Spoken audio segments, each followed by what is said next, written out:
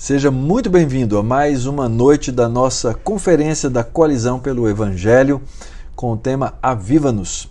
Ontem nós ouvimos o professor Franklin Ferreira nos conclamando a igreja a o despertamento, a orar pelo despertamento vindo da parte do Senhor. E hoje nós vamos ouvir sobre o problema da frieza na igreja pelo nosso irmão, o pastor Jonas Madureira. E eu queria que você não só aproveitasse muito esse tempo aqui, mas que você convidasse ainda agora outras pessoas por meio das suas mídias para assistirem juntamente conosco a essa exposição bíblica que nós ouviremos na primeira carta de Pedro. Venha, ajunte-se e chame outras pessoas para participar com a gente.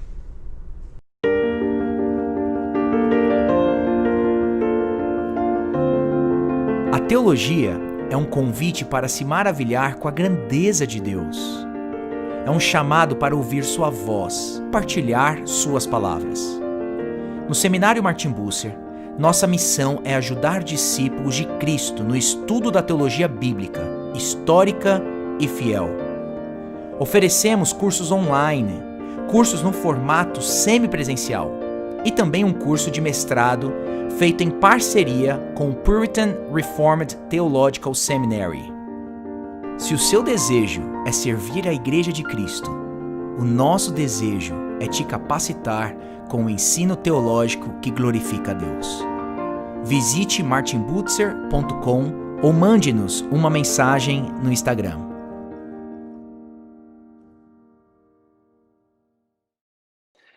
Olá pessoal, nós vamos falar hoje sobre avivamento à luz de alguns conceitos que eu gostaria de expor a partir de 1 Pedro capítulo 1, versículos 3 e 4. São apenas 2 versículos, não me proponho a fazer uma exposição da perícope a qual pertencem esses 2 versículos, mas apenas tirar desses 2 versículos alguns elementos importantes para trazer luz à nossa reflexão teológica acerca do avivamento. Para isso eu gostaria de, em primeiro lugar, fazer a leitura do texto e depois da leitura do texto nós vamos apresentar na sequência o problema referente à questão do avivamento e as soluções a partir da exposição de pelo menos 2 conceitos importantes que não podemos perder de vista se queremos entender o avivamento à luz desses 2 versículos de 1 Pedro. Então façamos primeiramente a leitura de 1 Pedro, versículos 3 e 4. Diz assim a palavra de Deus. Bendito seja o Deus e Pai de nosso Senhor Jesus Cristo, que nos regenerou para uma viva esperança, segundo a sua grande misericórdia, pela ressurreição de Jesus Cristo dentre os mortos, para uma herança que não perece, não se contamina, nem se altera, reservada no céu para vós. Oremos. Senhor Deus, rogamos pela tua graça e misericórdia que a luz do teu Espírito ilumine a nossa mente a fim de entendermos o que a tua palavra nos orienta, nos ensina, nos instrui, para que dela possamos ter direcionamento para pensar as questões relacionadas ao avivamento e os grandes desafios que essa reflexão, a partir da tua palavra, nos impõe. Que possamos reagir a elas com a graça e a misericórdia do Senhor sobre nós. Assim oramos, pelos méritos de Cristo Jesus, teu Filho. Amém. Posso me destruir, mas não posso me salvar. Essa é uma das frases que você pode encontrar em uma das orações presentes naquela coletânea de orações dos puritanos chamada o Vale da Visão. Posso me destruir,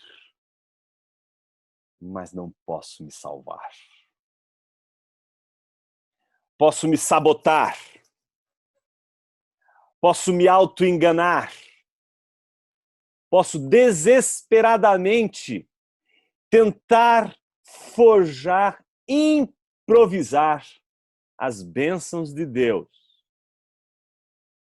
Mas quando caio em desgraça, quando caio em frieza espiritual, quando me distancio do Senhor e da sua palavra, não consigo voltar ao redil com minhas próprias pernas. Sou como o salmista do Salmo 119. Senhor, ando errante como ovelha desgarrada. Procura o teu servo, porque uma vez perdida, a ovelha não consegue por si mesma voltar ao redil. Posso me destruir, mas não posso me salvar. Posso, nos caminhos tortuosos que tomo, adorar falsos deuses, consciente ou não dessa minha falsa adoração. Mas não posso curar a frieza do meu coração que decorre da minha idolatria. Posso me destruir, mas não posso me salvar. O que o avivamento diz à luz das nossas tragédias espirituais como peregrinos? Sim, claro, eu não estou me referindo aqui a ímpios e pagãos. Aliás, eu nem poderia fazer isso, porque o avivamento não é uma palavra, uma mensagem direcionada a ímpios, a pagãos, a gente que não teme ao Senhor e que não anda em seus caminhos e que não conhece o Evangelho e que não creem e nem professam sua fé em Jesus Cristo. Não. Avivamento aqui diz respeito àqueles que peregrinam, ainda que espalhados, dispersos pelo mundo, mas rumo aos céus, rumo em direção a Deus. Mas no meio do caminho, como o peregrino de John Bunyan, nós escorregamos ali, escorregamos acolá, enfrentamos as mais dúvidas e terríveis dúvidas na caminhada e na trajetória. E boa parte dessas dúvidas e desses tropeços representam esfriamento, representam aquilo que os puritanos, na maior parte, diziam ser uma perda da segurança e da confiança na salvação de Deus. Não se fala em perda da salvação. Os puritanos não acreditam nisso. O que os puritanos diziam é que a multidão de nossos pecados, a nossa idolatria, elas são todas indícios que comprovam o nosso distanciamento do Senhor e da sua palavra e, portanto, a frieza em nossos corações ela é inevitável e é esta frieza que provoca em nós não a perda da salvação, mas a segurança, a confiança é perdida. Por isso me dirijo nessa hora a você, cristão, que peregrina rumo à cidade celestial e que diante das lutas da vida, mas também diante dos pecados e da idolatria, tem perdido o vigor espiritual, tem perdido a vida na experiência da caminhada e da trajetória rumo aos céus. Quero me dirigir a você que perdeu a sua segurança, que perdeu a sua confiança, que no meio da multidão dos seus pecados coloca em xeque até mesmo a sua salvação. Me dirijo a você que um dia teve um coração de carne, mas parece agora ter um coração de pedra. Me dirijo a você que diz, eu me destruí e não consigo me salvar. Me dirijo a você que, como barro que estava na mão do oleiro, sendo trabalhado por ele com tanta maestria e precisão, se estragou e não sabe o que fazer. Avivamento É uma mensagem para gente estragada. Mas alguém poderia dizer assim: Jonas, todos os homens estão estragados, sim.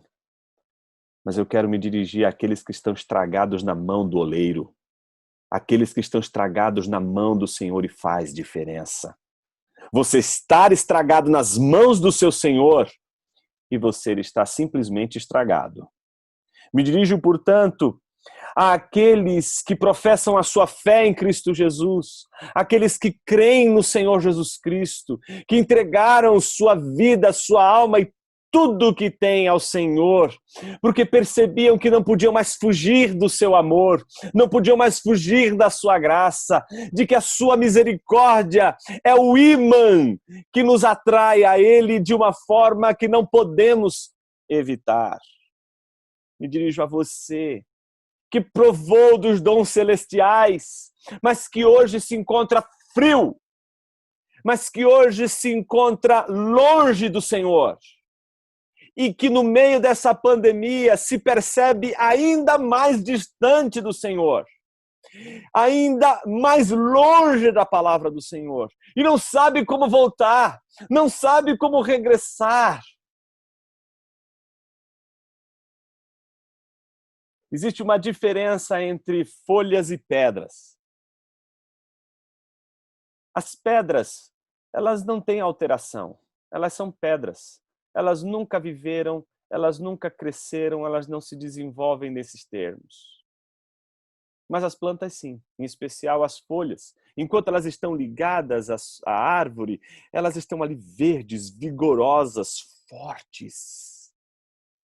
Mas no momento em que aquela folha é rompida, ela é cortada da árvore, ela começa a secar. Porque toda a vida que dependia da ligação e da conexão com a árvore foi naquele exato momento rompida. E agora aquela folha não fica seca da noite para o dia, assim como os ossos de um exército não secaram da noite para o dia. Assim como leva-se tempo para se perceber a frieza espiritual, leva-se tempo para descobrir que o nosso coração se apartou do Senhor muito tempo antes de nós notarmos que já estávamos longe do Senhor. Por isso me dirijo àqueles que, sendo estragados na mão do Senhor, notaram que estão frios hoje por causa de uma ruptura, de um afastamento do Senhor de longo tempo, que chegou a um nível agora de morte e de frieza e de ausência de vida, em que você só pode constatar o que os puritanos constataram: posso me destruir, mas não posso voltar a viver. Se ele não me chamar dos mortos, se ele não vier ao meu encontro, como poderei reviver? Por isso que uma folha pode reviver. Nesses termos, ela pode, porque ela um dia viveu. Mas pedras não podem reviver, porque elas nunca viveram. Avivamento não é para pedras. Avivamento não é para não regenerados. Avivamento é para regenerados, aqueles que nasceram de novo, aqueles que foram chamados das trevas para o reino do Filho, para o reino da luz. Avivamento, portanto, é para cristãos, é para gente crente. Avivamento é uma mensagem para crentes que estão sob o juízo. Avivamento não é uma experiência para você que quer turbinar a sua experiência espiritual. Não! Avivamento não é um incremento, avivamento não é uma melhora. Avivamento é uma misericórdia de Deus diante do juízo. Juízo que se impõe por causa de nossos pecados e idolatrias, e que por isso nos causa frieza espiritual e insensibilidade com relação às coisas de Deus. Todo idólatra se torna como um ídolo, como a gente aprende em Salmos capítulo 115. Nós nos tornamos aquilo que adoramos. E se uma imagem de escultura não pode ver, não pode ouvir, não pode falar, não pode sentir, assim somos nós quando idolatramos os ídolos. Nós nos tornamos insensíveis como a pedra. Nós nos tornamos surdos como a pedra. Nós nos tornamos insensíveis como a pedra. Não falamos e nos tornamos mudos como ela. Mas esta surdez, este silêncio e insensibilidade, que a gente poderia dizer que é tão fria como uma pedra, é só fria como uma pedra, porque ela mais se parece a uma folha seca do que a uma pedra. Essa frieza que nos faz sentir como se fôssemos de pedra por causa da frieza espiritual, ela já é o juízo em si. Não existe um juízo mais terrível na vida de um cristão que ama o Senhor do que a própria frieza. A própria frieza espiritual agride o cristão, agride aquele que professa a sua fé em Jesus Cristo. Por isso que ela é já em si mesma um juízo. Deus não precisa fazer mais nada para que possamos estar debaixo das consequências da nossa idolatria. Basta Ele remover. Basta Ele remover os freios. Basta Ele deixar-nos as nossas próprias consequências e nós vamos nos destruir. Mas a grande pergunta que a gente se faz é como a gente sai do meio dessa sequidão e dessa frieza quando nos damos conta. Porque enquanto a folha está ali verdinha, ela acha que está viva. Ela acha que está ativa. Ela só vai com o tempo descobrir que já está fria, já está seca. Já não escuta mais nada. Ela vai, escuta o sermão, participa do culto, mas aquilo já não mais atravessa a sua alma, o seu corpo. Ela já não tem mais aquele desejo, aquela avidez pela leitura das Escrituras, para buscar nela alimento e não potência intelectual de interpretação do mundo e da vida. Não, mas alimento espiritual. Me dirijo a você, que consciente da sua frieza, ora todos os dias: Senhor, eu me destruí, mas me aviva. O que a palavra de Deus pode nos dizer sobre isso? Algumas coisas importantes eu gostaria de dizer a partir desses 2 versículos que nós lemos. A primeira delas é de que há um aspecto subjetivo e um aspecto objetivo, ou seja, um aspecto que diz respeito a nossas emoções, nossos sentimentos, nossos desejos, as nossas afeições, e outra objetiva que diz respeito a Deus, a sua obra, o seu agir, os céus e tudo aquilo que Ele tem preparado para cada um daqueles que professam a sua fé em Cristo Jesus. A primeira delas é a esperança, que é uma experiência nossa. E quando a gente perde, junto com a esperança, a gente perde a confiança, a segurança, a alegria, contentamento e todas aquelas outras coisas que jamais poderiam faltar na vida de um cristão durante a sua peregrinação. Do outro lado, nós vamos ver uma dimensão objetiva dessa passagem que está centrada na herança, que é a herança de Deus, feita por Deus, preparada por Deus. E quando a gente entende que essa herança ela não está divorciada do ser de Deus, então o valor dessa herança ganha em dimensão extraordinária para o cristão em peregrinação. São esses 2 pontos que eu gostaria de trabalhar hoje. E para começar, eu queria falar dessa esperança que Pedro qualifica como viva esperança. Algumas coisas a gente precisa dizer antes de compreender essa viva esperança que Pedro se refere. Primeiro, essa passagem começa com uma bendição muito típica do contexto veterotestamentário, muito típica das bendições do Antigo Testamento, mas com uma diferença. A diferença está no fato de que ele não começa dizendo simplesmente bendito seja o Senhor, bendito seja Deus, mas ele nomeia este Deus, bendito seja o Deus e Pai de nosso Senhor Jesus Cristo.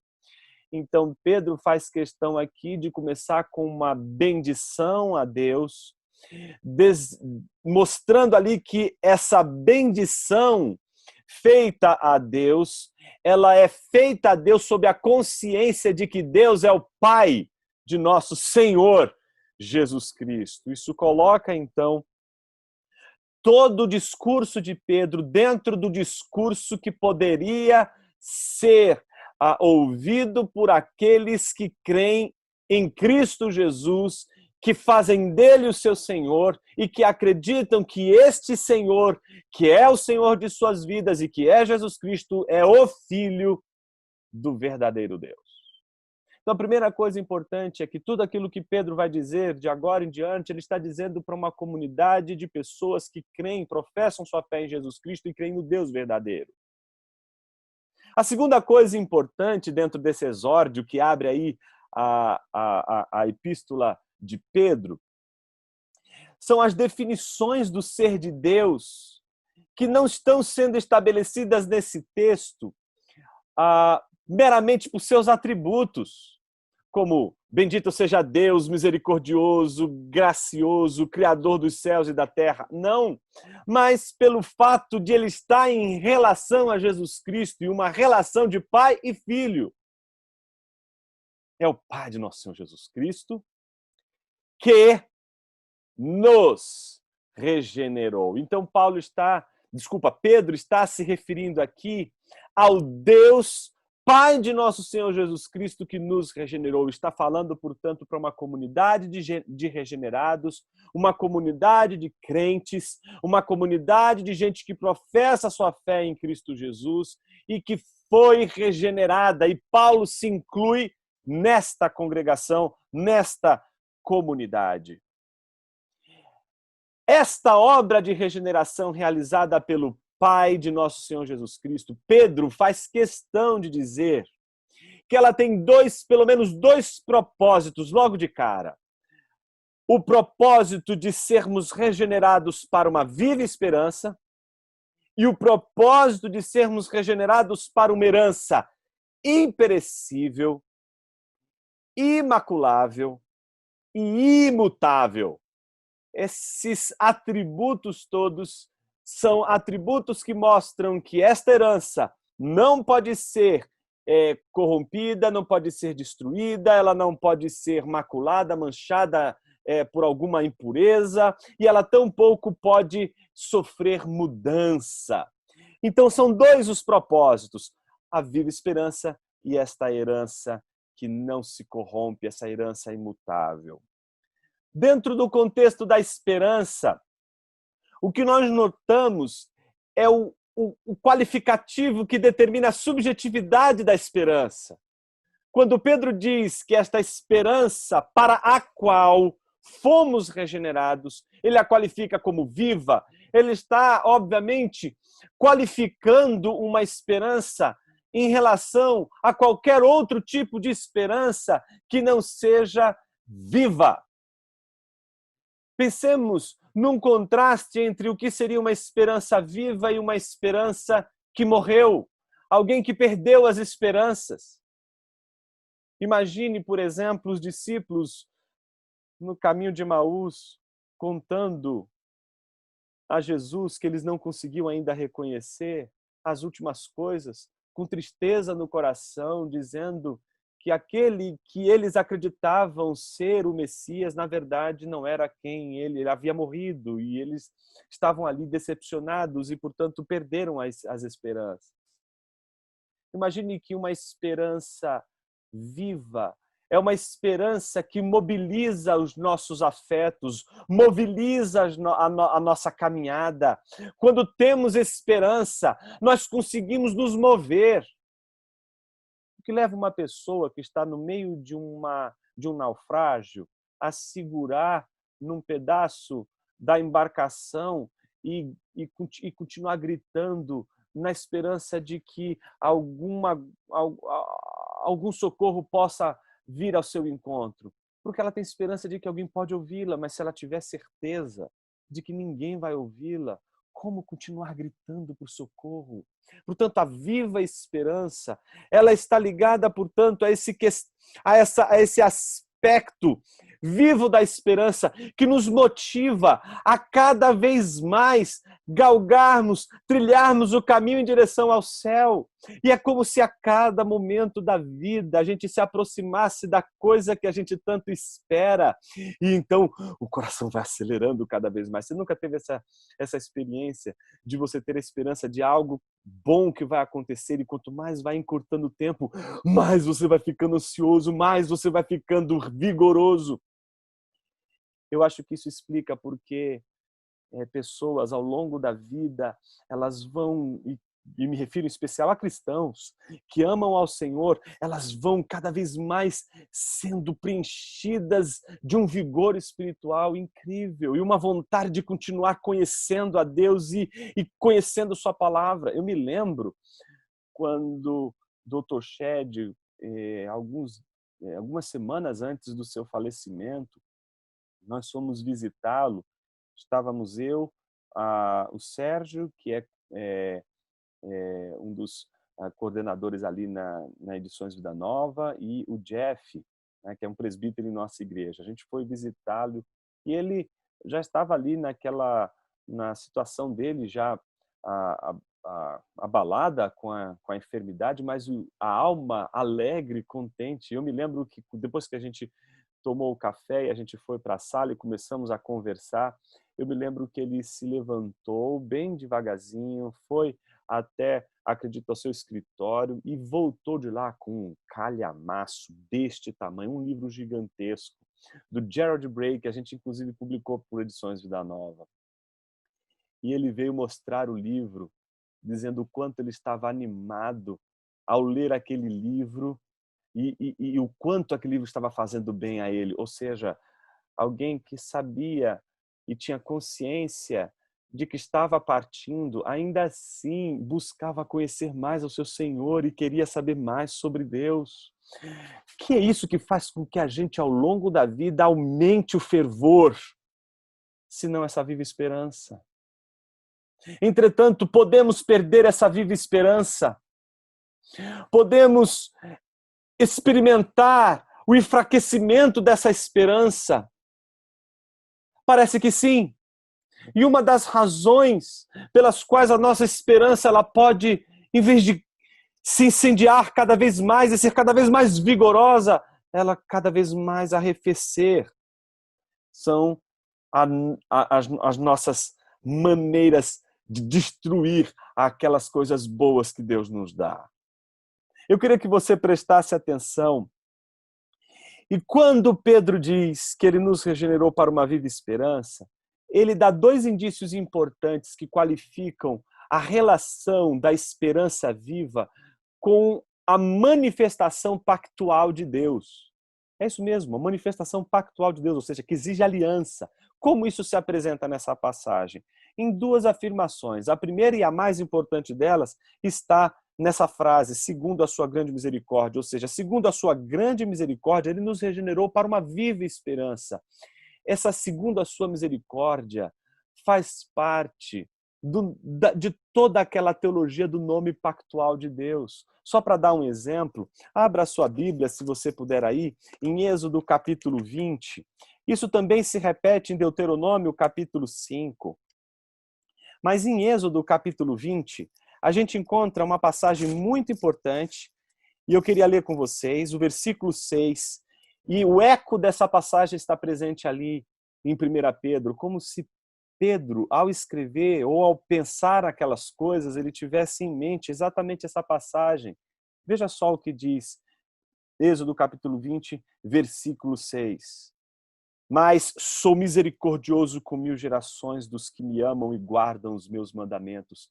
Ora, ele diz isso Logo depois de dizer então, falou Deus todas essas palavras: eu sou o Senhor teu Deus, que te tirou da terra do Egito, da casa da escravidão. Não terás outros deuses além de mim. Não farás para ti imagem esculpida, nem figura alguma do que há em cima no céu, nem debaixo da terra, ou nas águas debaixo da terra.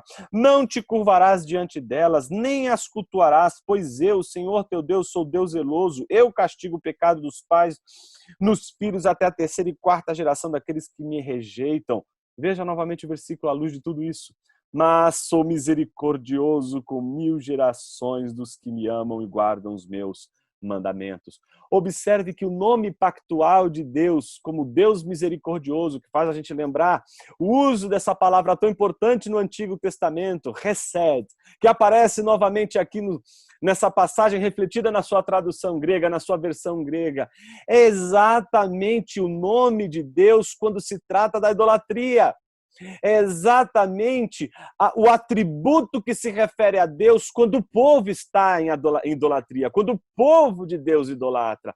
Note que o mandamento de Deus para que o povo não caia em idolatria não é um mandamento geral e universal, mas é um mandamento para o povo da aliança, porque é o povo da aliança que pode cair em idolatria, e caindo em idolatria, este povo sofre as consequências da idolatria, que não são outras, senão aquelas de Salmos capítulo 115, que diz que eles têm olhos, mas não veem, têm boca, mas não falam, têm ouvidos, mas não ouvem, tornem-se iguais a eles todos aqueles que os adoram. Então, o próprio juízo sobre aquele que comete a idolatria é a frieza. A frieza que caracteriza os ídolos, porque tem olhos, mas não veem, boca, mas não falam, ouvido, mas não ouvem. É a mesma frieza que agora está presente naquele que adora os falsos ídolos, os falsos deuses. Então, nesses termos, a palavra de Deus diz que há uma consequência para o pecado da idolatria do povo de Deus. E essa consequência tem nome: frieza espiritual. Então, meus irmãos, se a gente parte da noção de que toda a nossa caminhada com Deus é uma caminhada que, se Ele, que é o Pai de nosso Senhor Jesus Cristo, nos regenerou para uma viva esperança, segundo as suas misericórdias, é porque o que Ele está levando em consideração é exatamente o nosso coração, todo ele voltado para Deus. Essa é a promessa daqueles que têm o seu coração todo inclinado ao Senhor. Quando o nosso coração está totalmente devotado ao Senhor. E é por isso que a idolatria é o único pecado que provoca frieza espiritual como juízo na vida do povo de Deus. O povo de Deus perde o seu vigor, perde a esperança quando tem falsos deuses, quando idolatram, quando não adoram o seu Senhor. Mas o que Pedro está dizendo?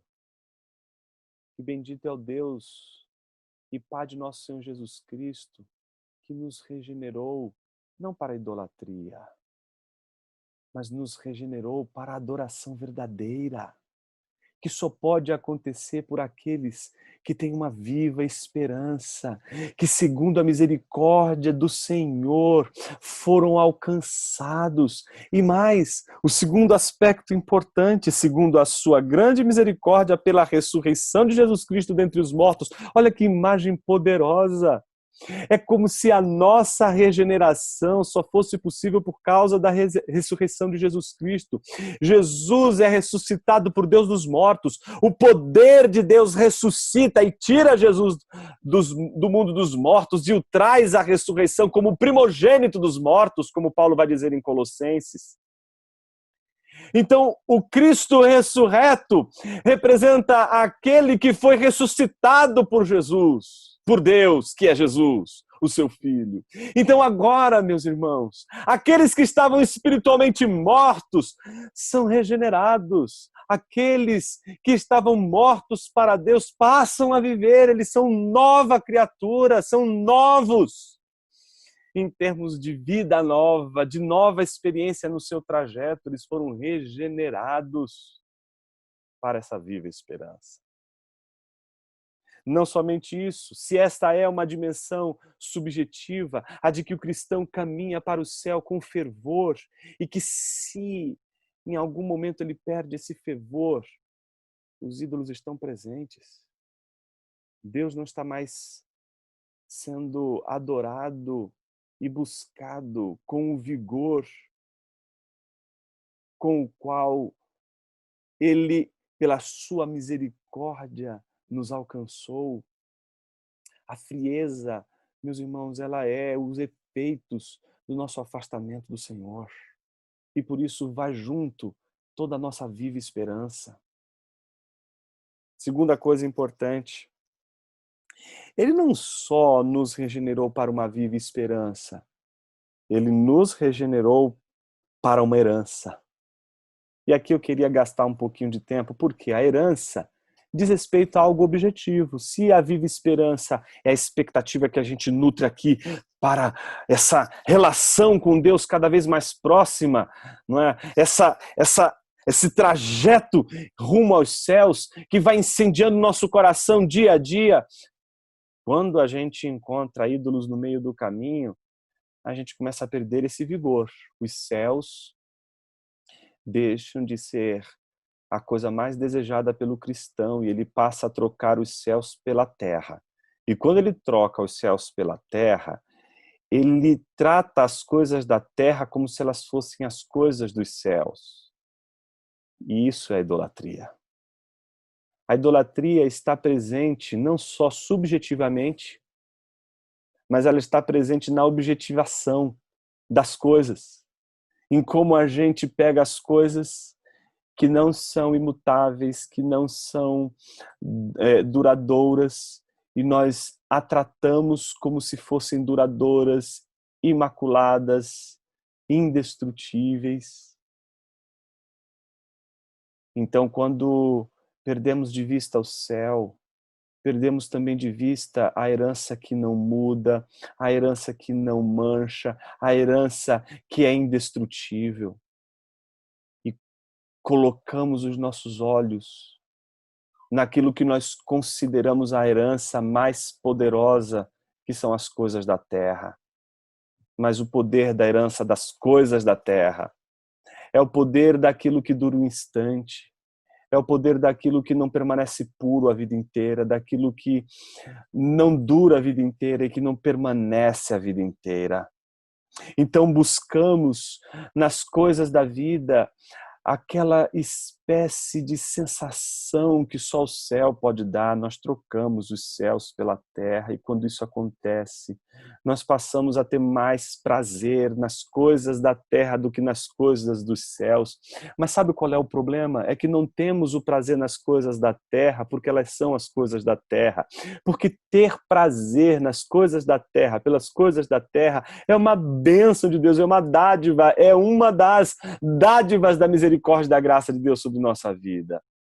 Nosso maior problema é tentar desfrutar das coisas da terra como se elas fossem as coisas dos céus. Tentar fazer das coisas da terra a fonte do nosso deleite espiritual.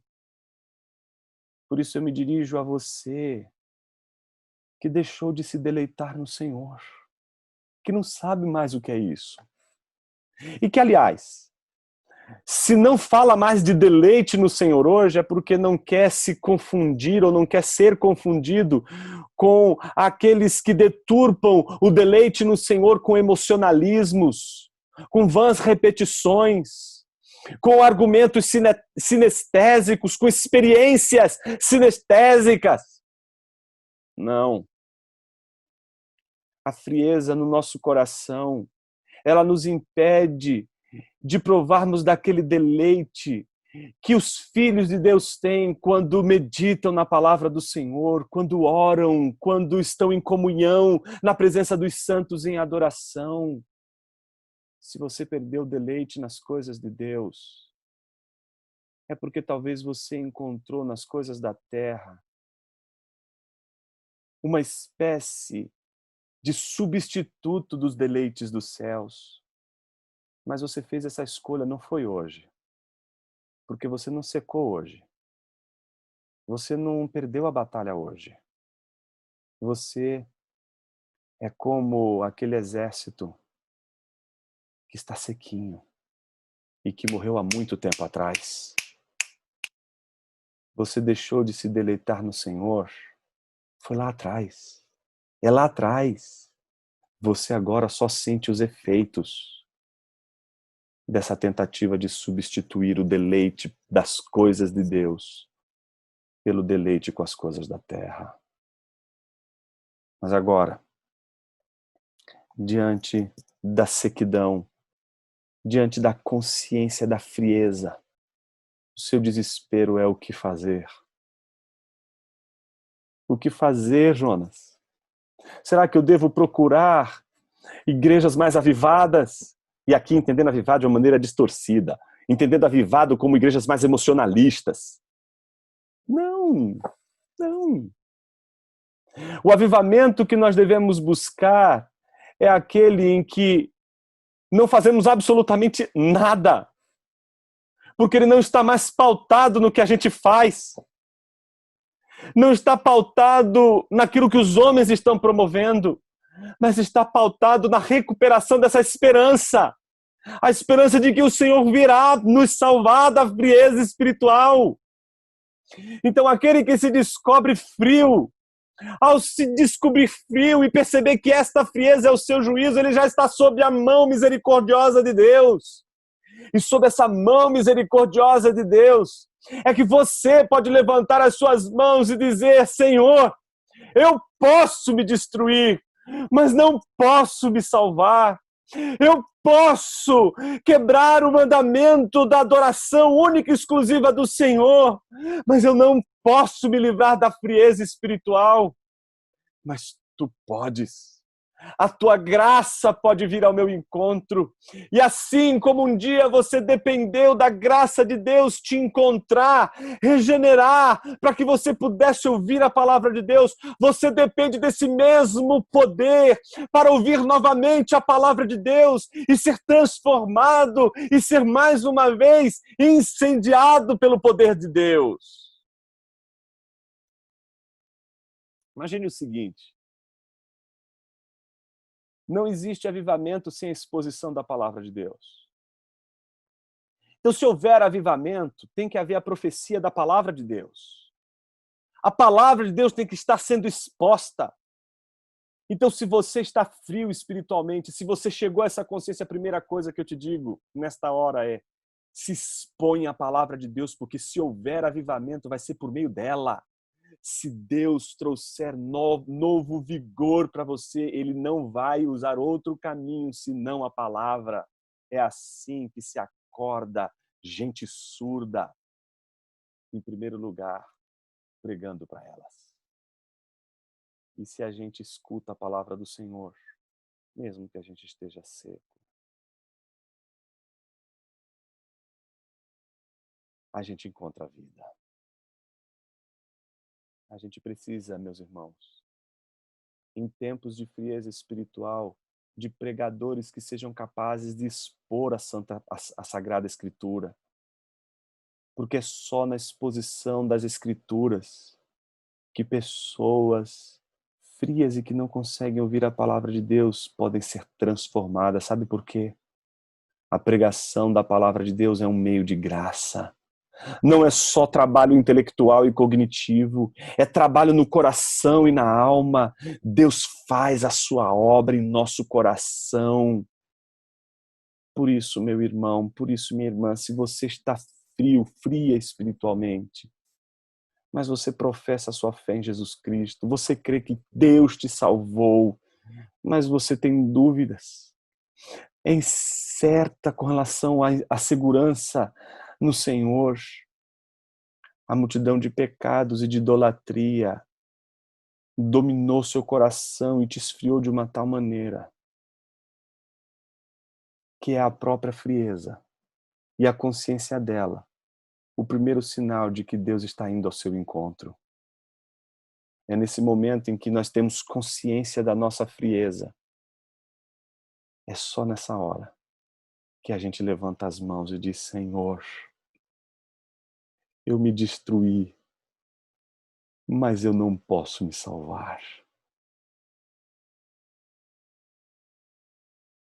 Talvez os seus anos de igreja sejam suficientes para fazer você um bom conhecedor das Escrituras. Alguém que aprecia bem os sermões expositivos. E é muito bom isso, meus irmãos. Sem sermões expositivos, a igreja vai definhar. Mas existe uma coisa, meu irmão e minha irmã, que nós nunca podemos perder de vista: o prazer no Senhor e na sua palavra. Não podemos perder esse deleite de vista.